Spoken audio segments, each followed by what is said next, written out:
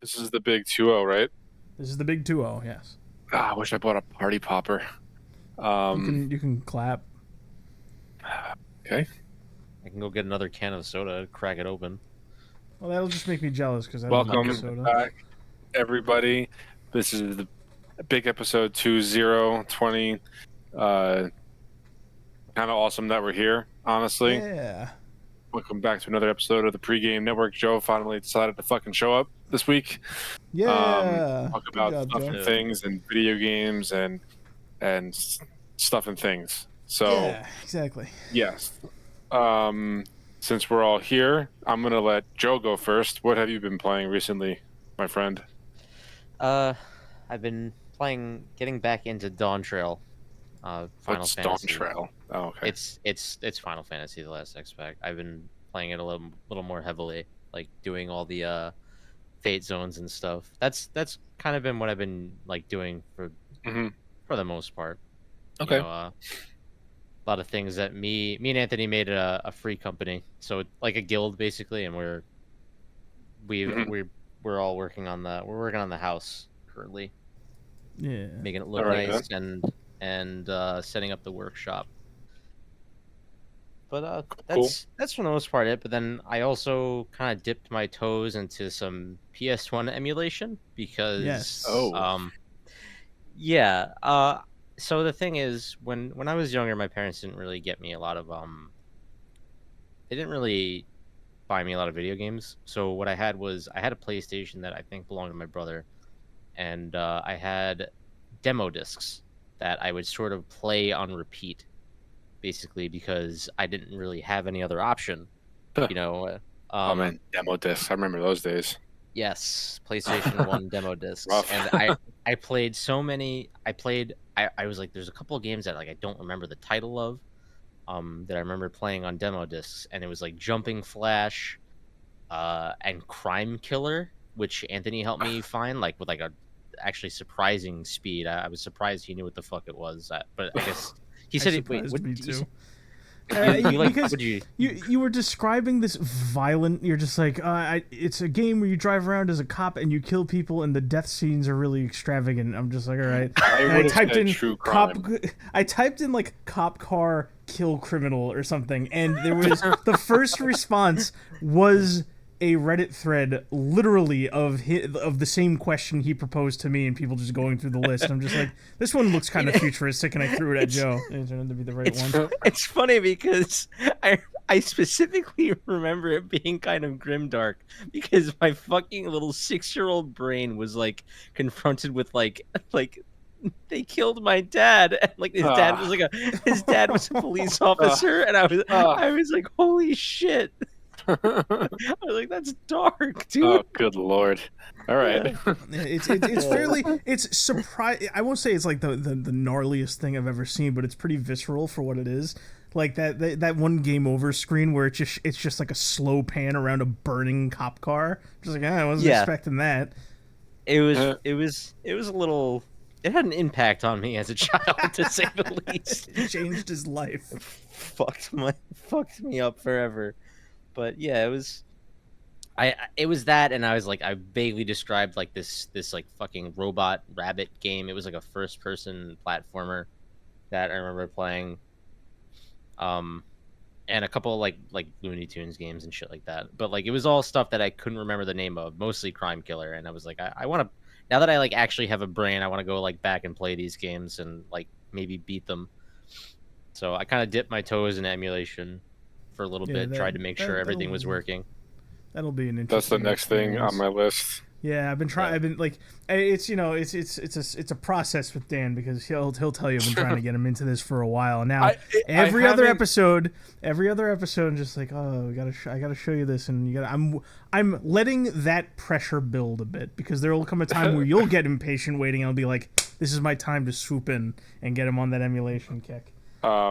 Well, I mean, it could be pretty soon, because I've been, so I'm done with Mad Max, so that was a cool little stroll down memory lane, and then I pivoted fucking hard to, shut up. I pivoted fucking hard to back to Darktide, And then I'm also started playing through the new Bolt Gun DLC that came out, or the expansion, or whatever you want to call it. Oh, Yeah, is that That's right. that like kind of like retro shooter, it's like a the Doom Warhammer one kind of thing. I really wanted to try that because it looks like I mean the reviews for it were pretty good as well, if I remember correctly. I have it downloaded. It's great. It's one of the best boomer shooters that I've played in the past couple of years. I definitely recommend it. I think it's like $20 or something. It's totally worth it. But I pivoted hard to. Oh yeah, that too. It's on Game Pass. I pivoted hard to my Warhammer shooters because Space Marine 2 is coming out in like a week, and I am so fucking ready.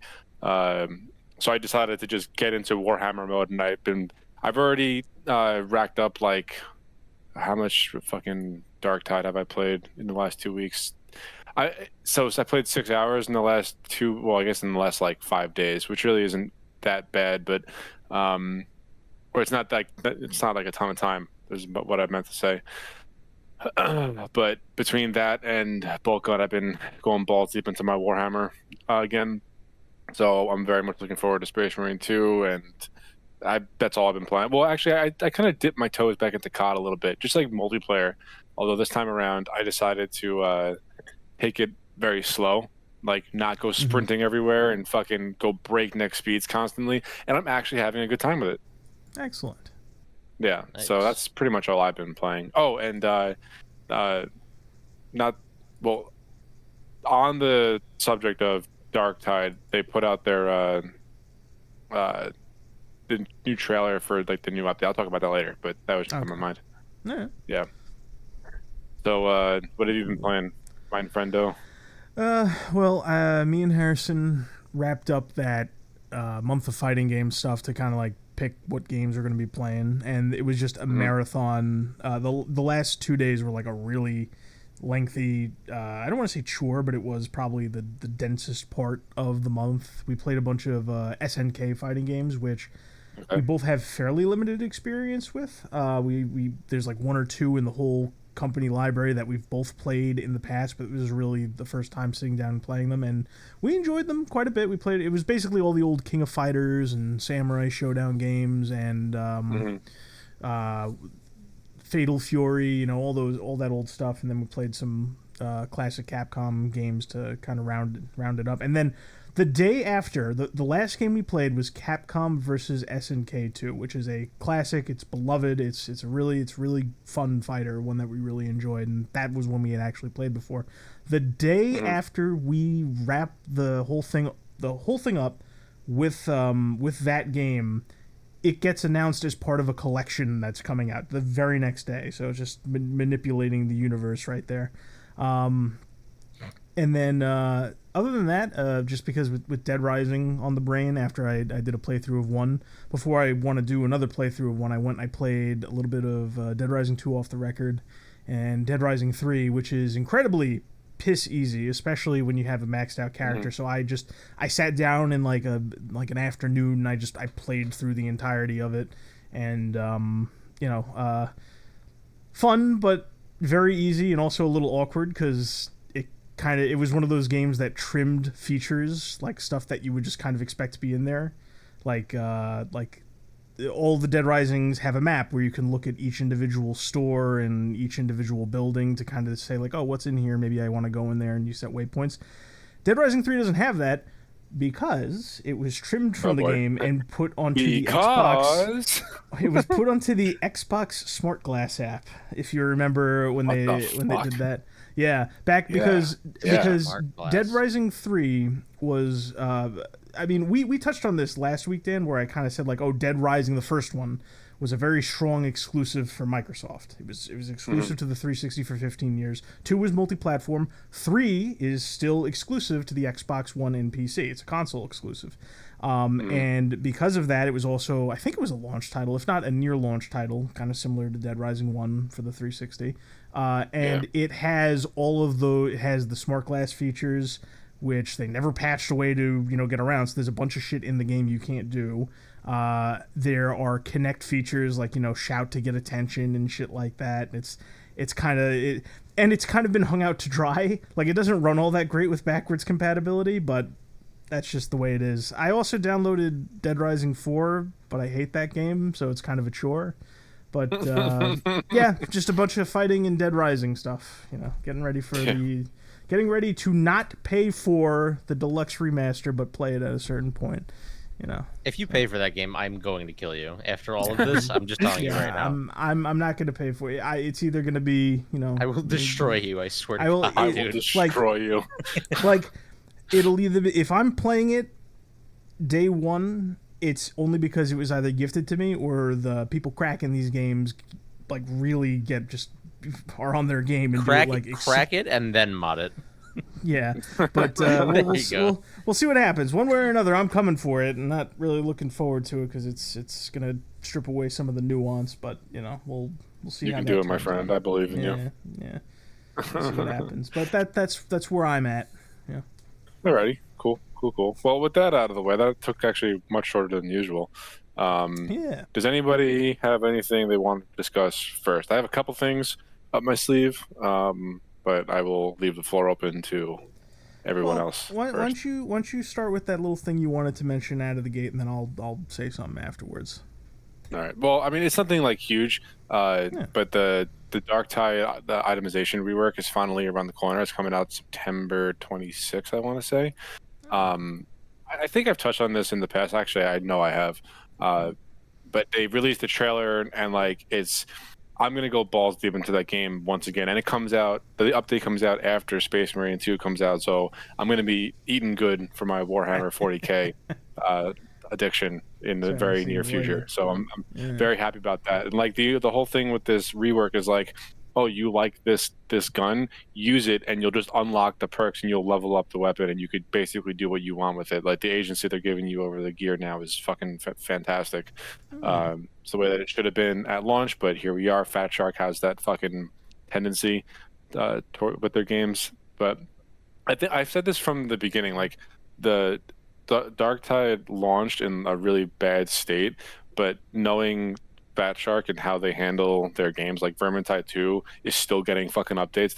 They just got a PvP mode that's not even out yet, it's in beta, I think.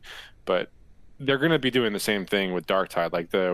It's got such a cult following for the Tide games. I'm really excited to see where they take it, and I think they already announced a new game mode and a new map with this update as well. So I'm very, very excited. So that is on the horizon, and I am very eager to jump in. That's the little tidbit of Dark Tide news that I have for this week. Yeah. I mean, you mentioned eating good. I mean, I'll be completely honest. Warhammer 40K and Warhammer in general. I mean, even if you weren't getting updates on games you're playing right now and a brand new sequel right around the corner that's in a different, not only is it a sequel to a game that you play, but it's a different genre, a different flavor of fun. That series as a whole has so many gems sprinkled throughout the years that you could go back and find some really nice stuff. Warhammer is I totally agree, but Warhammer, as far as the games front goes, they have a ton of shit, and a lot of it is mediocre, I would say. But there's a couple really solid gems in there, like you just said. Vermintide 1 and 2 are both really good. Dark Tide is really good. The Space Marine games are fantastic. The Dawn of War games are really good. Yeah, I was going to say the RTS games recently are really good. Yeah, and they just launched a Rogue Trader earlier this year, and that was a great CRPG according to the people who play it. I'm not into that type of genre, but there was apparently it's very good. There was I don't remember. I think it was a third-person shooter that came out a long time ago that they shut down, and I missed my fucking opportunity. Oh, I think you're talking about Eternal War or Eternal Crusade, something like that. It was something like that. It's an MMO. Yeah, or it was either an MMO or Battlefield-esque, and I was man, that would have been so fucking awesome. Yeah, and I don't know why really it shut good, down. and I don't know why it shut down either, but they didn't have the support, or the player base wasn't there, or something like that. But yeah, I know what you're talking about, and I wasn't into Warhammer back then, but Space Marine 2 seems to be doing that in a lighter, smaller style. scale. Yeah. Because Space Marine 2's PvP mode is called Eternal War, and right, but it's for that The thing is, I think Eternal Crusade or whatever it was called, I think it had like, it didn't just have like the Space Marines. It had like all the other like factions and shit. Yeah. The thing with like with Warhammer, the universe is so fucking big that they could, you make a game out of it. There's a never-ending well of inspiration to draw from. So I'm surprised they haven't tried that again, to be honest. Yeah, they really should. Yeah, it'd be really cool. But maybe afterwards. Yeah. Maybe after. So, anywho, that's the. Well, I mean, if we're on the Warhammer topic, I might as well bring up the. It's the battle pass or the year one content roadmap that Saber put out for Space Marine 2. All the free stuff, it looks really, really good. The paid stuff looks really good too. And it's all going to be cosmetic things, and all the weapons and like game-changing stuff is all free. And they confirmed the fucking Horde mode finally. There's going to be a Horde mode. Excellent. Yeah. We were speculating about that, yeah. Yeah, because like that game is fucking ripe for a Horde mode. Like it's exactly what you're doing. You're fighting hordes of Tyranids. Like if you didn't have a Horde mode, that'd be such a missed opportunity. But the only thing is that it's scheduled for like season 2 or like the end of the year or something like that. And I think that people are going to fucking set up a picket line or something outside of Saber's HQ, because I can't imagine them coming out with their Horde mode in like 6 months. That's crazy. It's crazy. But yeah, so that was a thing that was announced, and like everything that I see, every new thing that I see for Space Marine 2, it's nothing but positive, positive sentiment. It's all good shit. Yeah. And I've been waiting for a game like this for such a long time. Yeah, I'm very, very excited. I can't say that enough. So that's okay. That's all the Warhammer shit out of my system. You can take the floor. Okay. Go ahead, Anthony. Yeah. Well, I mean, I don't know if either of you heard this, but GameStop is going to be reaching further into the retro market. Yeah. I did hear about this. GameStop Retro. And I don't know if you guys have been paying attention to their previous exploits or anything. Have either of you paid at all attention to GameStop and how they do retro gaming, or how they've done it for like the last decade, I'd say? Retro gaming? No, I mean, dude, most I know about cool retro merchandise in their stores. And what about you, Joe? The only thing I know is that they give you like 2 cents for whatever game you give them. Fucking retro game. Yeah, well, that's a fair point. That's a fair point to bring up, because GameStop is still GameStop. Their values are all out of whack, and their upcharges are where they are. Just a little refresher for anyone who hasn't been keeping score. Here are some of GameStop's exploits in the retro market. When they receive trade-ins of these games, they are instructed to discard like all things that come with it, like boxes, manuals. Like if you turn in something mint, they will open it, tear it apart, get rid of the box, get rid of the manual, and just like throw the cart. Jesus. And even if they stop doing this tomorrow, like let's say they're turning over a new leaf because of the GameStop Retro thing, this is still something they've been doing for a decade at the very least, which means that this affects all of their back stock, right? They accept trade-ins of and because they accept the trade-ins, they immediately resell reproduction and bootleg carts of games. I don't know if they have a checking process, but it's apparently very rampant where they accept them and then they resell them without checking them or like informing the consumer at the regular price of a mint condition cart. Whatever they can't sell in certain time frames, they destroy, and I don't mean like just toss in the dumpster. I mean like retail destroy. Like something's pennied out, they're not allowed to sell it. They snap discs, they tear packaging. In some cases, they burn these things. They just more retail bullshit. Joe, you mentioned before the trade-in values dog shit. They price gouge for reselling just as bad as online scalpers and collectors. and they have a history of, on their online market, they have a history of delivering the incorrect games on the orders. So, so just that's kind of funny. Aside from all the other GameStop issues, which we know about, we've dealt with GameStop for a long time.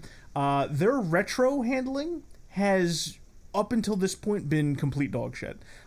So I don't know how much of that is going to change. Probably very little. Maybe they take better, care of the packaging, that now that they're selling it on shelves instead of just kind of like throwing it in a bag and throwing it into the UPS or FedEx or whatever.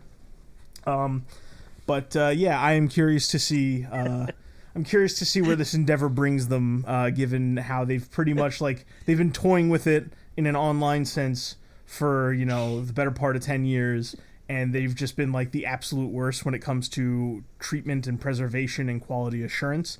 So I don't know exactly how much is going to change now that they're opening retro stores. So we'll see what happens there. Yeah, whole retro stores is interesting. It'd be one thing if it's a large planoed section of their existing brick and mortar stores, but entire I don't know. That's it's a strange venture. Yeah, I don't know that's about you guys, but when I like to order Aladdin for the Super Nintendo, I like it with the bite marks on it.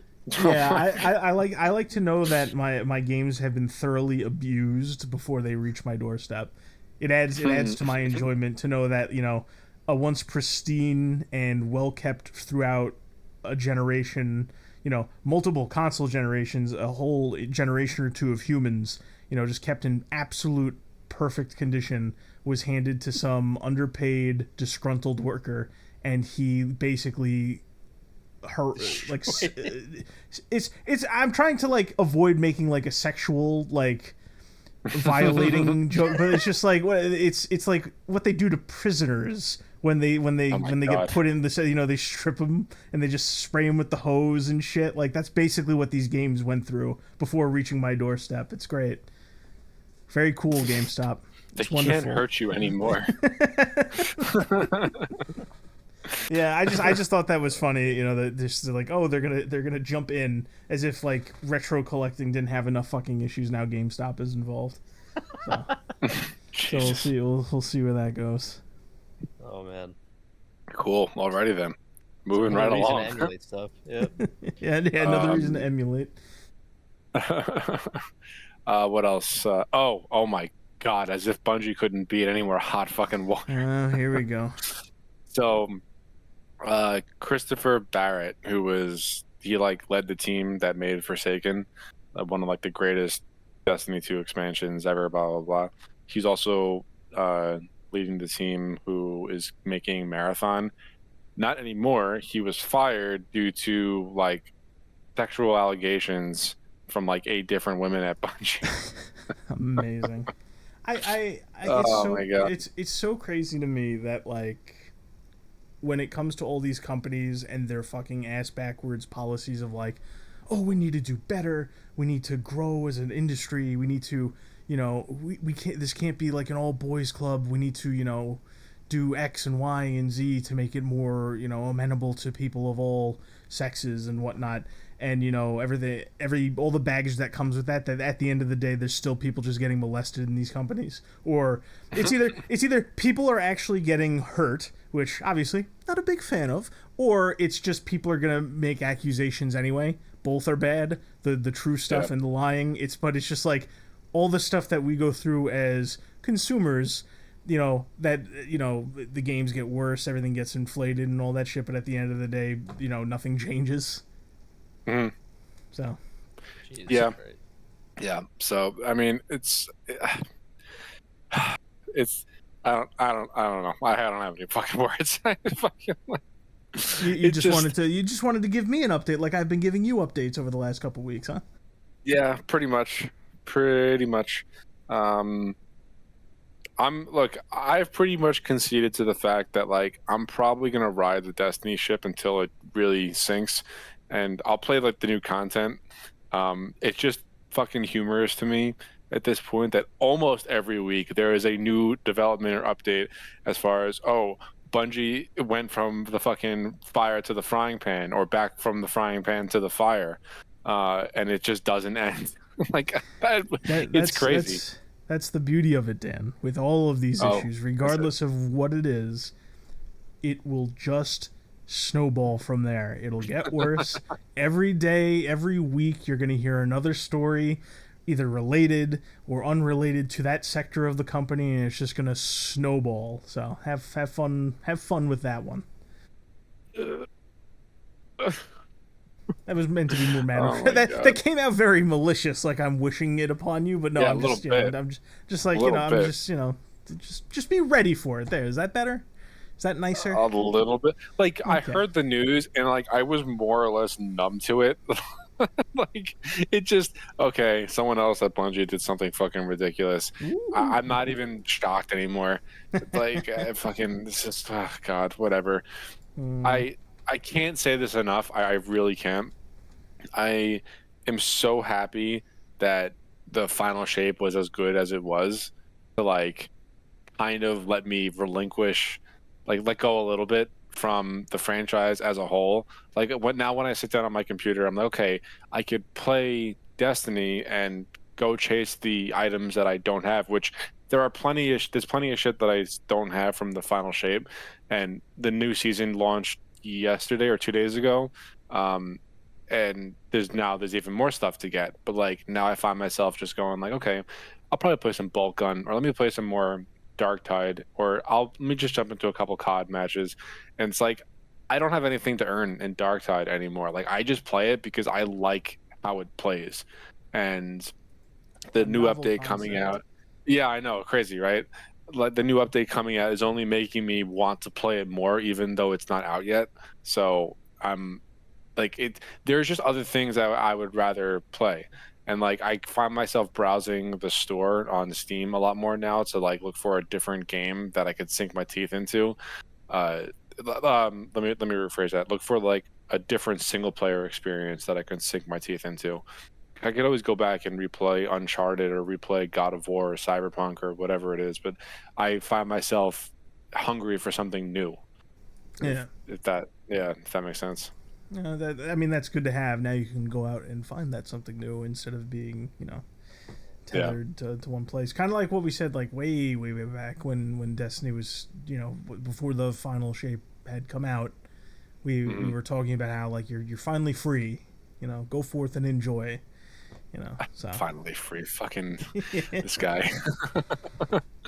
I've been thinking about replaying Ratchet and Clank Rift Apart lately, but there's like other things that I want to get through. Like, do you know what Returnal is? Yeah, sounds familiar.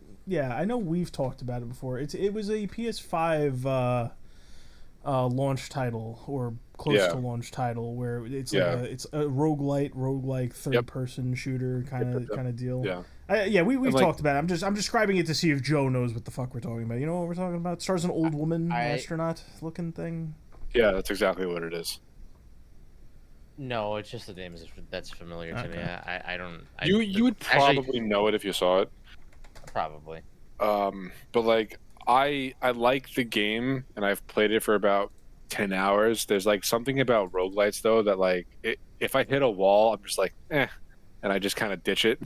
Yeah, but I like the game and it's fun. Yeah, it's once again, as someone who is roguelikes are just not for me. Like I tend to watch whenever I'm watching events like a Gamescom or something, right? And whether I'm watching it by myself or I'm watching it with somebody, whenever something comes up on the screen, I'm just like, is it a roguelite or a roguelike? And then immediately they show that it is, and I just tune right the fuck out, because that there's multiple reasons I'm not a huge fan of them myself, but the biggest thing is like it kind of feeds into the whole, people like to use the term gameplay loop, right? And instead of using it as like a descriptor for just something that exists by necessity of like, oh, you made a game and this is just how it plays, people tend to say like, we made it for a particular gameplay loop. And I think roguelikes are basically feeding into something that it should just be happenstance, Right. They're feeding into the repetitive nature of games instead of building experiences that just happen to have repetitive natures based on how good they are. So they've never been for me. Is the long and short of what I just fucking said. Is just they've never been for me. So like I like them for a certain amount of time, and then if I hit a wall and I can't get past it, I just kind of fizzle out on it. Like I don't want to replay the same level that I have played like a dozen times already. Yeah, that I get. I guess feel that. Yeah, what I was basically trying to say is that wall you're hitting, I hit it on entry. Because I'm just like, I know where this is going, and I'm just out. Yeah. Like, there's a couple games, like, I'm browsing my Steam library right now. There's a couple games that I really need to go back and finally beat. Like, one of them is Turbo Overkill, which is another old school boomer shooter that came out. It hit, like, 1.0 this past year. And it's, like, people love it because it harkens back to, like, the very early 2000s or the late 90s, where games were just fucking fun and ridiculous and over the top, and that's exactly what it is. And I'm like maybe a quarter of the way through it because I bought it when it was in early access. I just never played through it after it hit its 1.0 release. So like there's that. Like I need to play through. I bought Armored Core 6. I never beat it. I need to make it through that. Like there's a bunch of games that I have that I on my backlog that I need to go through. Days Gone on the PS5 exclusive or the PS4 maybe. I think it's PS5. Mm-hmm. I think it was PS4 and it's available to play on the PS5. Yeah. Yep. Turbo Overkill has a demo right now, actually. I just looked it up.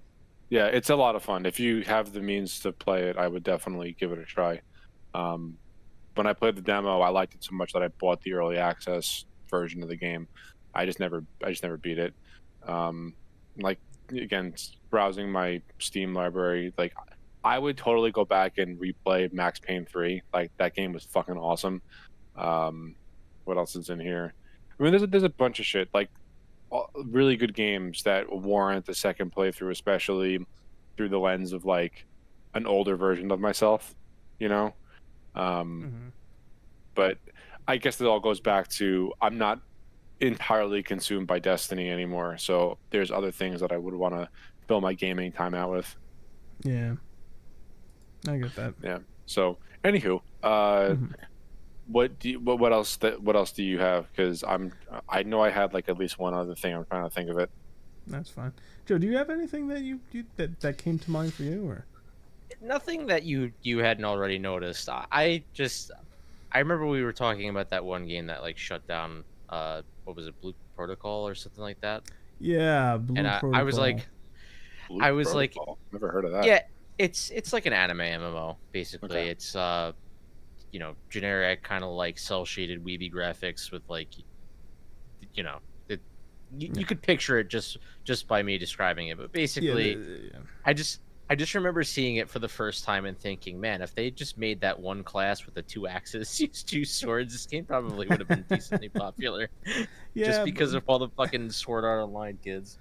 Blue Protocol, it's not something I was particularly invested in. I kind of always had like a cursory knowledge around it. That game had so many problems out of the gate. It had a weak reception in Japan, which was its home turf. So that was hard to contend with to begin with. It received little to no advertising. By the time it hit like the United States and English-speaking territories, it was immediately saddled with the baggage that Amazon was publishing it. And right out of the gate, Amazon talking about it was using it as an example of all of their fucking all the bullshit practices that I love to complain about, like all the localization practices.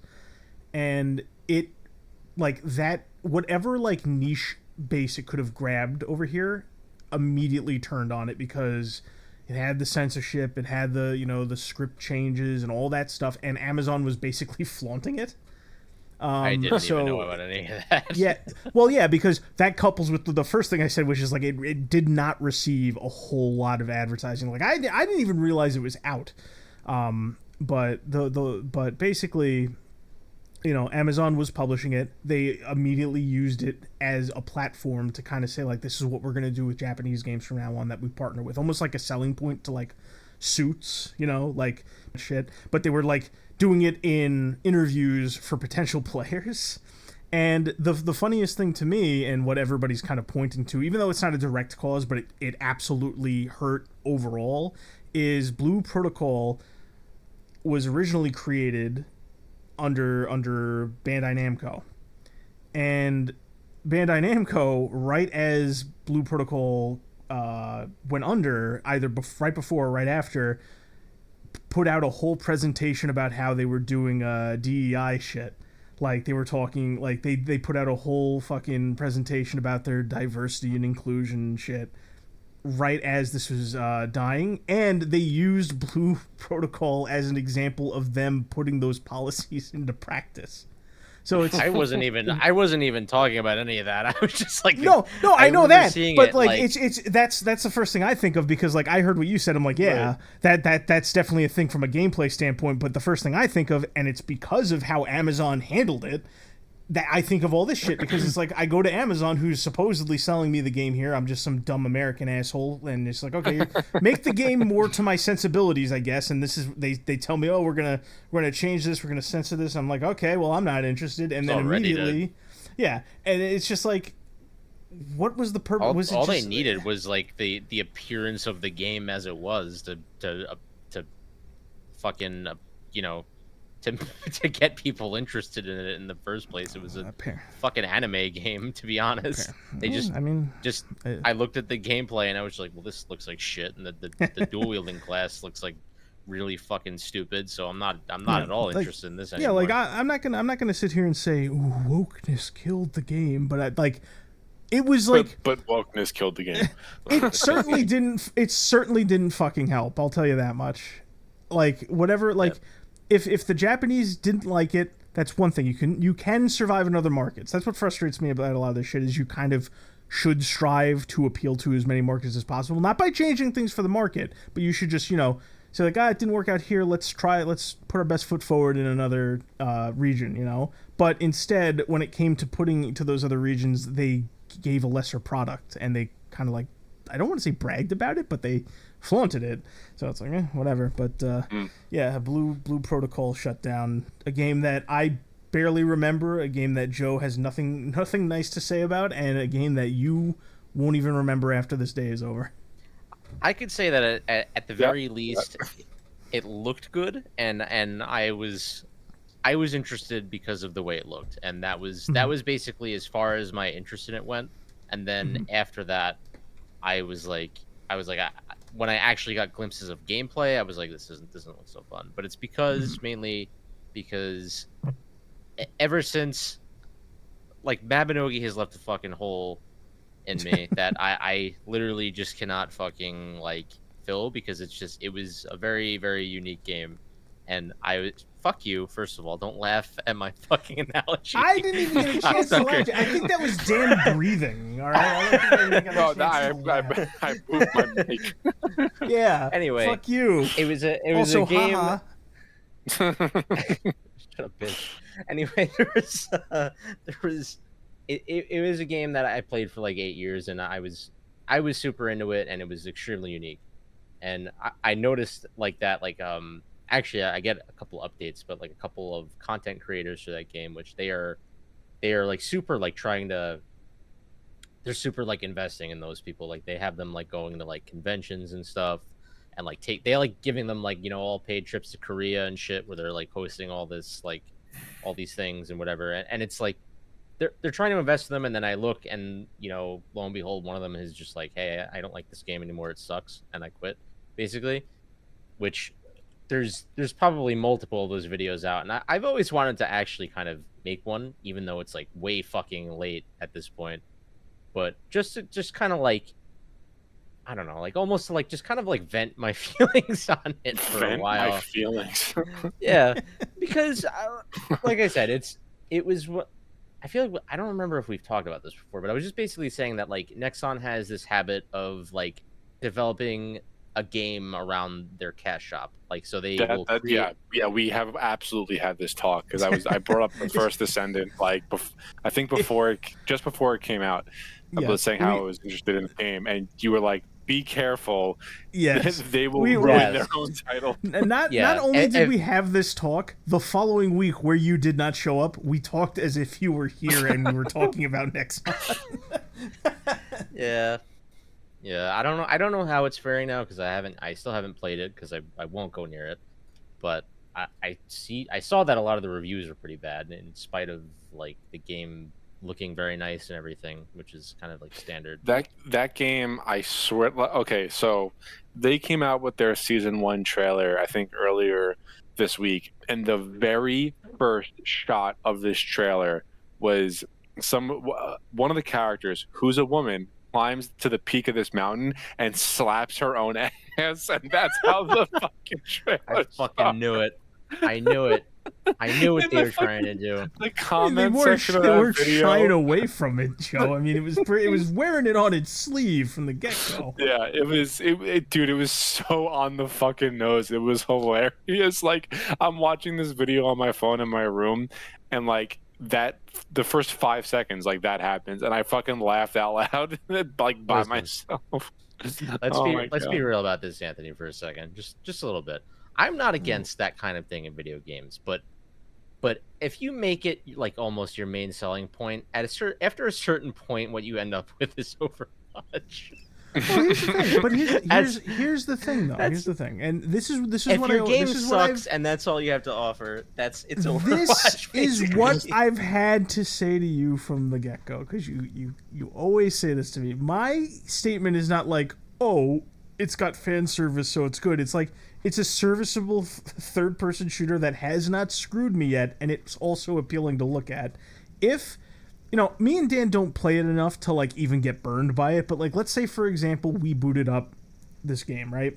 And it was just, like, there's pay to win in it, like, we've talked about is more than likely with Nexon. There, like, the prices are skyrocketing, there's content you just can't do without paying. I'm not going to sit there and go, well, we have to sit by and support it because the fan service. No, I'm just saying, as of right now, it is a serviceable shooter. It's appealing to look at, and it hasn't screwed me yet. That's all. I'm not. Yeah, that's. I said it when don't try to rebuke me, but it's only a matter of time. I understand. I understand what you're saying. You don't understand because we're still talking about it weeks later. I'm just saying. It's only a matter of time. Oh my god! I last played the first Descendant on August 3rd, and we haven't played it in a while. I mean, miss is a strong word because I'm very apathetic towards it. I don't miss it. I don't think I'm missing out on anything. It's every now and again you go like, oh, let's pick it up and see what they added. It's not something that we, it's like, hop on, it's another day, we gotta play some more. It's, we try it, and if it comes up again, it comes up again. Like, what did I say about it when we first talked? Like, it's a competent enough game. It doesn't do anything fantastic, but it doesn't do anything bad at the same time. Like, if I wanted to play a first-person shooter and I didn't know what to play, I would most likely either default to Destiny or to COD, because those two game shooting mechanics feel the best to me. Like, as far as the first Descendant goes, in my opinion, I think like the Division, for example, feels way better as a third-person action game than the first Descendant ever could.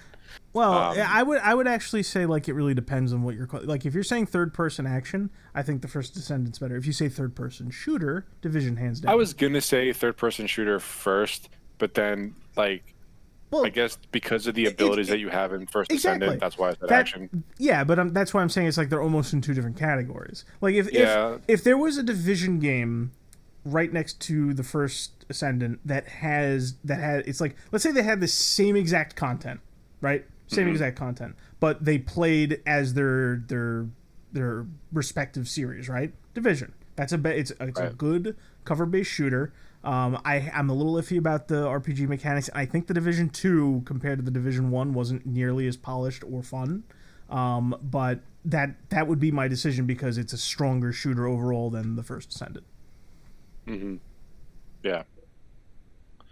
But anyway, like, I'm not like itching to go back to the first Descendant. It's just something that's there, and especially with Space Marine coming out next week, like I really just couldn't care any less. Yeah. But yeah, so that's a thing. Something else that I wanted to talk about that's like sort of in the same sphere as video games is the Borderlands movie. That was so abysmally horrific that it was like one of the biggest movie flops ever. Yeah, I think I touched on that like last week or 2 weeks ago, where I basically said things were shifting, and like in situations like a Borderlands where it's just absolutely abysmal, they stop telling you to fuck off just long enough to tell you to give it a chance, you know. So yeah, but yeah, the Borderlands movie is doing rather abysmally. I mean, what is there to say, really? God, I don't know. Stop making shitty video game adaptations. How about that? Yeah. Like, even from the trailers, like there were so many things just fucking wrong with that movie. Yeah. Like Kevin Hart as Roland. What fucking no? Like just no. Stop. It has all the typical shit that it's a cheap cash grab. They're just throwing in actors and different people, you know, based on, you know, demographics. They don't care about the story. And I'll be completely fucking honest, Borderlands is not that strong, like especially after 2 is just not that strong to like I don't even disagree with narratively, you, like, you know. Yeah. I don't think that game warranted a movie. That there are so many different properties to choose from that like a looter shooter really isn't one of them. And like I know I say that, but if Bungie came out with like a Destiny movie or like an animated TV show, I would probably be all over it, but that's because I'm into the lore. I don't know how deep the lore for Borderlands goes. For context, I shared a picture of the cast from Borderlands where Kevin Hart is right in the middle, and he's substantially shorter than everybody else. With a dumb fucking smile on his face. I don't hate Kevin Hart, but I don't like the nepotism either. That is hysterical. But nepotism, but explain. Yeah, no, it's just like the fucking, like, there always has to be like a fucking actor like that, like some big name guy in every single thing. It's bleeding into video games. I probably mentioned that before as well, but it's kind of annoying, especially with the if you remember the Fable trailer with that. The guy from the IT crowd or IT. We don't have to digress, but I just it's, you know, it's evident. Celebrity shit is getting tiresome. Oh, God, just fucking I can't. I won't. Yeah, it's so weird too, because like if you try to critique it, no matter how large or small the celebrity, like you'll just get like so many people arguing for them or against, you know, where they'll just be like, oh, you know, well, they're a big list actor, you can't critique them. They know what they're doing. They're professional, and it doesn't matter if it's like a Hollywood actor or like just a guy that has like a long history, right? Like I was talking about the, you know, I'm not gonna go on a whole rant, but the Dead Rising remaster collection, right? Oh God. I actually heard like the one of the new voice actors, because they replaced all the voice actors. One of the new voice actor for Frank, he's been a voice actor for 12 years. He does exaggerated voices in anime dubs, and he does commercials for like Chevrolet and Mountain Dew. And somebody actually held up, like somebody dropped a JPEG of just like every brand name he's ever done. And they're just like, you can't possibly say he's bad as a voice actor because look at all the brands he's worked with. I'm like, do you know how this shit works? Are you really seeing that? And you know what? Here's the craziest thing about that, right? When I found out who this guy was, I went to his YouTube page because he has one, and I'm listening to all of his like his voice pitches and his impersonations and shit. And I'm just like, okay, he likes to play exaggerated voices, and he doesn't have a whole lot of range. And it's like, I'm not gonna shit on the guy, whatever. If you're a D-list voice actor, I don't give a shit. But 12 years ago, he was apparently a very active musician. And he has an amazing singing voice. I'm like, why the fuck are you doing this voice acting shit? Just go back to being a musician. You're much better at that. But yeah, celebrities, and like any name that people can chase in video games, it's unnecessary. And even if you aren't really a celebrity, but like you get your name around a lot, you'll just you add zealous like people into the mix that'll just defend you no matter what, even if you're just the wrong choice for the role. Or you end up like with what's her name? What's it, Deborah Wilson? What? The one black chick that's in fucking everything. You're gonna have to do better than that. Eyes bugging out of her head. Amanda Waller. Suicide Squad. Oh, is that her name? Is it Deborah Wilson? I think it's Deborah Wilson. No. That's Viola Davis. Viola Davis. Okay. Yeah. Yeah. Where'd you get Deborah Wilson from? Who the fuck is Deborah Wilson? I don't know where I got Deborah Wilson. She's in No, I was right. Fuck you. It is Deborah Wilson. No, she's in the Viola Davis. Jedi Survivor, Jedi Fallen Order.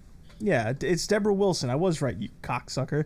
Are you sure about that? Yes, I'm looking at. She has a very distinct face, Dan. Wait, you said in Suicide Squad, right? Yes. Yeah. It's not the Viola movie, the Davis. game. Oh. What the fuck you think I'm talking about? You think I'm talking about the movie? I'm talking about games. Yep. Okay. Sorry.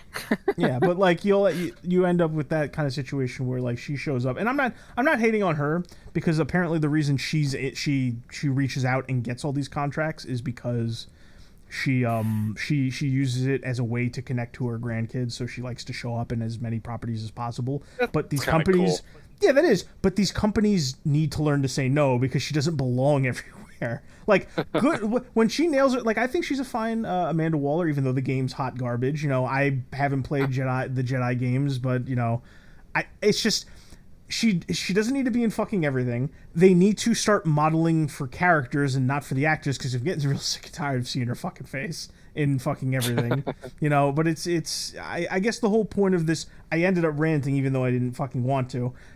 Oh, yes, God. So celebrities and everything sucks, and like Joe said, it is bleeding into games, and we really don't need that for multiple reasons.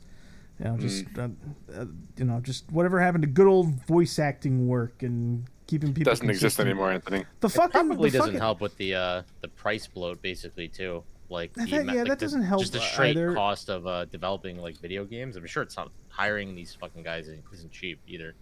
Yeah, so, you know, it's actually two crazy things that come to mind is like I think about voice acting work in America. Is obviously there's a lot of contracts and a lot of like regulations and shit like that, because if you look at like places like Japan or Spain or Mexico, a lot of these places don't have the same issues. Like, people, they get a role, they do the role well, and they're in that role until they fucking die. Or like, or when they literally, a lot of, especially in Japan, a lot of these people, they just go until they die, and they're loyal to the role, and they're real class acts. Meanwhile, you come over to America, and it's a crapshoot depending on what year you happen to be in, because constant striking, and some people are union and some people aren't union, and then companies get skittish around, you know, people who are in proximity to each other, because one might be union and one isn't union. And you know, some people get paid dog shit even though they're big names. You know, some people don't get residuals, some people do. It's all over the fucking place. And it drives me nuts, because as a native English speaker, I just want a good performance and consistent year over year. I don't want to have to be like that fucking guy that goes like, oh, I'll just listen to it in Japanese. I'm like, okay, fucking, I just give me a good consistent voice work. Stop changing the voices. Stop giving me activists as voice actors. Stop fucking hiring celebrities that show up once and phone it in and they're fucking gone. I'm just tired of it, because we don't have a lot of class acts like that anymore. Like 10 years ago, 15 years ago, it was kind of different. Fucking 10-15 years ago, you'd have people in America, they would do the stunt work, they would do the voice acting, and they would stick around for as long as the company would have them, and then the companies kind of changed their rules. They would even there's a lot of crazy things you can look at from the 90s to the 2010s for voice work and also musicians, but mainly voice work, where like people you would not expect to be in a video game are in a video game doing voice work, and you just don't know it's them. You don't really see that anymore because it's either a huge fucking deal or the company doesn't want to work with you for some weird reason and they just replace you in the next game, you know? Yeah, voice acting, God, I mean, there's so much shit to go over with that. Something else I did just think of as you were ranting, though, and I've brought this up, like, I think every week for, like, the past 3 or 4 weeks, but Concord launched. Yes, and I wanted to talk about that. So perfect. This is where we'll end it, because that was the last thing I wanted to talk about, too. So that was my last topic, too. Holy what a shit show. God damn. Hilarious. It's like... I've been watching this shit unfold, and I've been watching the reactions, and it's so, like, I was standing there with a group, with like just online, just a group of people, and we were all having the same thought. This is a glitch, right? There's no way it launched to this low a player count, right? Because it's like embarrassingly low. Yeah, PC numbers. Yeah, obviously it's like a 600 something, or is it lower? It did not. It peaked at like 650 players. Yeah. Okay. Yeah, and that is brutal. Yeah. And here's the thing. So that happens, and then immediately everybody start recapping how we got to this point, right? And how we got to this point, it was in development for 8 years. Had a budget of $150 million, and Sony paid a shit ton of money for this company based on looking at it, right? Which is crazy, but all right. Crazy, yeah. So immediately, so it launches, and people look at the Steam numbers, and the Steam numbers say 650. It didn't break 1,000. Didn't break 1,000 players. So there's kind of like this silent moment where nobody's really saying anything. Everybody's just kind of like in awe that this actually happened, you know? Because time passed. Turns out those numbers were correct for Steam. And what happened after that is, obviously, I'm just like, okay, so somebody tell me the PlayStation numbers, because it can't be that low, right? Like, there's no way it's just that fucking low. And so immediately, holy shit, I'm looking at the numbers right now. 146 players 22 minutes ago. Oh my on Steam. Wait, is it on Steam? Oh, Jesus fucking Christ. But like, it's crazy to think about, like, a large chunk of that number is probably quote-unquote journalists or, like, reviewers or whatever, content creators. I was just about to get to that, because immediately after it kind of everybody had the moment to go, like, okay, these numbers are really vibing when you go, bro. Yeah, here's the fucking thing. Immediately afterward, Sony starts doing like hourly. They start putting out, or maybe not hourly, but I was seeing it hourly, is just constant, like, check out this character in Concord and try out the kind of like vertical slice, like, exactly. Every single Sony partner, Insomniac, Naughty Dog, all of the big names, their Twitter accounts were saying, join us in Concord, check out this, look how cool this is. All the shills are out in full force. They're going like, bro, I like a lower player base, because, that just means I don't have to get sweaty. It's just, let all the kids go to Call of Duty. I'm like, that is some cope. You are coping right now. Took Jesus the words Christ. right out of my mouth. Yeah, that is an extreme cope. Yeah, and fucking and you have people saying like, oh, it takes me 30 seconds to find a match, so there's something wrong with that. And then, like, somebody said, like, it debuted at the 46th best seller on the PlayStation Store. Is that even a bestseller? That's not good. That just means, like, you placed, I guess, and people are just like, oh, now that it's on, so you guys don't know anything. You're just fucking just talking about the charts, and people are just going, why are you arguing with me on Twitter instead of playing Concord right now? So all this happens, and immediately, like, as soon as all the journalists and all the different Sony partners and all the shills, like, they dissipate, it goes right back to what it was before Concord launched. Complete silence. Nobody was excited about this game. Nobody gave a shit. Like I tweeted about this. I forget exactly what I said on the BOON. I'm just like, nobody was even like making fun of the game until it launched. Like, everybody like was so disinterested with this game. Like it was barely a blip. There was no excitement. Yeah. There was no glare. Like it got no traction. It was just it happened. Everyone, oh shit, it happened. How did it sell? Oh, and so now apparently like I'm getting reports that like it's like the queue times are starting to go up as the launch wave starts to go away for whatever that's worth. So now it's like, what do you do? Because it's just like it's a $40. You close that studio and you fucking cut your losses. But like, what else is there to do? How much fucking money did they spend on this? It was like in development for like 8 years. It was ridiculously long. No, yeah, that's what I said before. I said before how much, like 8 years, 150 million. How much did Sony spend on it? It was I want to say somewhere in the ballpark of like 3 or 4 million. Yeah, they spent a lot of money. I don't know. Let's find out. Yeah, wasn't the game partially funded by like some kind of government somewhere? No, you're thinking of Dustborn. That's something else. You're thinking of Dustborn. Oh, okay. Yeah, that's a whole other can of worms. Oh, okay. I thought it was Concord. It was just Dustborn. No, Dustborn is the propaganda piece. The fucking the propaganda that isn't propaganda but is really propaganda piece. How much did it sell for? So Sony bought Firewalk in 2018. Yeah. How much did they buy it for? Wow, it's not easy to find this number. I would imagine it's a high amount. Not Bungie high, obviously, but it was. I would imagine it was pretty high up there. So it's going to be curious to see. They spent $100 million on Firewalk. Jesus. I wonder if that's part of the budget considerations when they say it was $150 million to make. I wonder. But the whole point is like that's a money hole, because I don't know how you salvage that, because it was designed to be an upfront cost, but then you get all the content for free. How do you salvage that? Do you make it free to play and then start doing cash up shit? No choice. There's no choice. Yeah, I don't. Yeah, it's going to be a brutal couple months for that game, that developer, and for Sony. The game doesn't even look like it's a drag to play. It just looks creatively bankrupt, and like some of the animations are, I swear, and I've said this before, but they are ripped directly out of Destiny.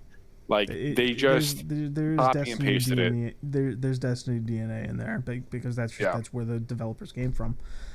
Isn't it a hero shooter? Yep. It's a hero shooter, but the gunplay feels like Destiny, or it looks like Destiny. Like it's kind of got that weighted, that heft to it, and the animations kind of look like Destiny, because the developers came from Bungie and had worked on Destiny. So yeah, it's a hero shooter, and there's a lot of stuff under the hood. But what Dan's saying, and what we've kind of noted leading up to it, is that there's a lot of Destiny DNA in there, from how it handles and how it looks. Mm-hmm. The shooting mechanics, they feel way more like Destiny than they do COD, I will say, or even Halo. Mm-hmm. There are some animations that, like, if you just saw it in a vacuum, you would think that it is in Destiny. Like, if you played Destiny, it is that similar, because it's the same thing. Yeah. Like it's fucking crazy how they got away with that. Yeah. So I mean, we'll see what happens with that. Humorously, a lot of people are pointing out that for some reason, obviously, there's a lot of stuff going on in the world economically, right? But shortly after Concord launched, Sony raised the price of PlayStation 5s, specifically in Japan and nowhere else. Seems like a bit of a weird move. I heard about that. So yeah, there's some conspiracy theories that people like Sony is like quote unquote punishing Japan because Concord flopped. I'm just like, I don't know about that, but it wouldn't surprise me if they were like teetering on the edge of looking at, because obviously a lot of the times Microsoft's done this in the past and Sony's done this in the past, where they raise, based on the region. They don't always, it's not always a blanket raise across the world, So it's possible they were teetering on the edge of raising it in Japan and Concord pushed them over the edge. I don't think it was like a strategic move. I just think they were inching closer to raising the prices in certain areas, and this was just like too hard of a knock for them to ignore. I don't know, but that's just I don't know, man. It's not often that game you is see... 100% going to go free to play. There's no way around it. Yeah, we're in interesting waters. That's for sure, because it's not often you see a AAA game backed by one of the 3 major players in the space flop like this. It just doesn't happen all that often. And don't get me like, here's the thing. I'm not like, there's obviously online things are getting pretty messy. There's one developer out there that's going around and throwing shit fits and calling gamers talentless hacks for not buying the game and talking about it on Twitter or whatever. So there's like a PR shitstorm brewing out there. I'm not the kind of guy that says like, oh, we need to be nice to the developer. If the game isn't selling, you did something wrong. The time for correcting this was a while ago. It wasn't like reacting to it this way. So I guess we'll see what happens with that. It makes me curious to see what's going to happen with other AAA games that have had similar negative reactions in the pre-release, Because I mentioned before, like, there wasn't a whole lot of excitement at all, but like way back when Concord was announced and it was doing the rounds first, everybody was kind of saying, it's samey, it's ugly, I don't like this, I don't like that, and everybody just kind of said, you're just a hater, and then everything went quiet. So I'm curious to see what happens, with other things like that, like what's going to happen to Assassin's Creed Shadows, considering all the shit that they went through, Because I hear pre-orders are pretty low for that. There's some insiders out there. From like an Assassin's Creed standpoint, I don't think Shadows is going to do that great. I know it's like the COD of action games. Yeah, but... I'm not saying it's going to be a flop like this. This is unprecedented, but this is something different. Yeah, I'm just saying like it'll probably. I have a feeling like a couple games that were normally seen as too big to fail are going to start taking some hefty hits. I think a lot of the things we talk about are kind of like reaching. Coming to fruition. Yeah, so we'll see. Not an overnight shift, but like it's. I'm going to sound cruel, but this is a good thing. The bubble needs to pop.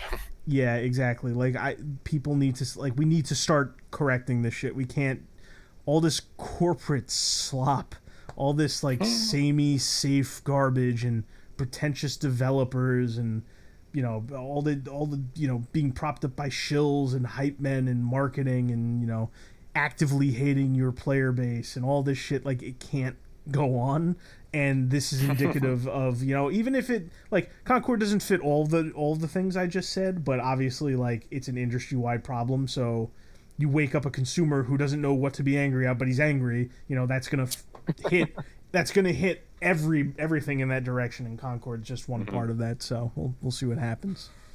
Right. Yeah, wow. What an amazing thing. I've never seen what a like spectacular failure. Yeah, truly. That is crazy. I can't wait for 5 years from now the articles are like how we should have given Concord a chance. It was just 5 years on, Concord is doing just spectacularly. I don't understand why the chance. Yeah.